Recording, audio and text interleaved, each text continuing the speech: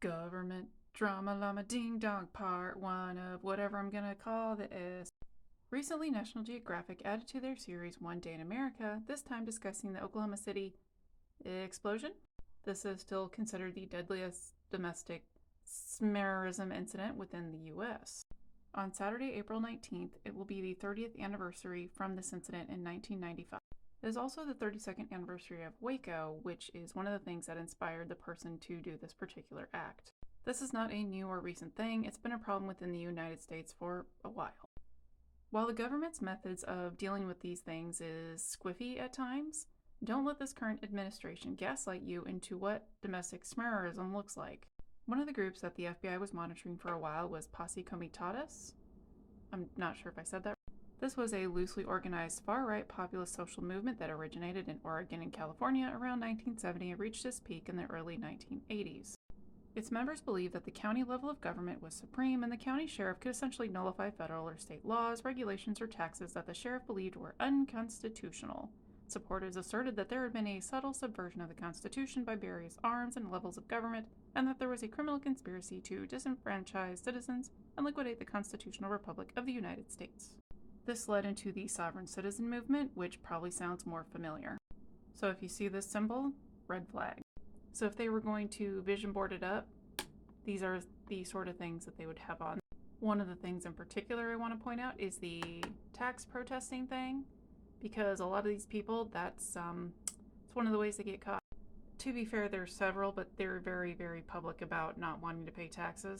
Of all the far-right factions, the Posse Comitatus may be the largest. A true grassroots movement, it is also the most amorphous and the hardest to pin down.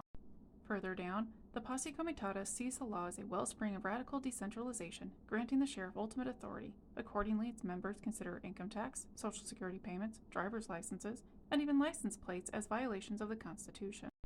The posse claims that, when necessary, it may usurp even the sheriff's authority. According to a doctrine set forth by Christian identity minister William Potter Gale, the posse claims this authority comes straight from God. Typical posse tactics include highly effective forms of paper schmearism, such as tax resistance and filing nuisance liens and lawsuits which tie up courts and make life miserable for posse targets. And of course, if that fails, then they turn to pew-pews. In 3 years, the number of those who filed returns or just refused to pay went from 17,222 to 57,754. One person that participated in this group's activities was Gordon Call, a World War II vet that hailed from North Dakota. He was very vocal about not paying his taxes.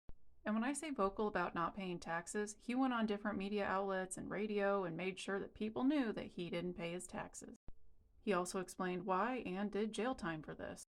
In 1983, he was violating parole, and this resulted in a kerfuffle, shall we say?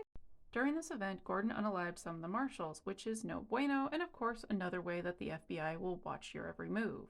He thought he'd try to go hide out in Arkansas, but of course the FBI caught up to him. And you guessed it, the FBI unalived him.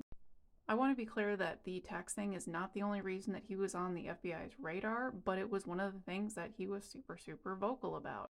And unfortunately, he's kind of seen as one of these martyrs of the sovereign citizen movement.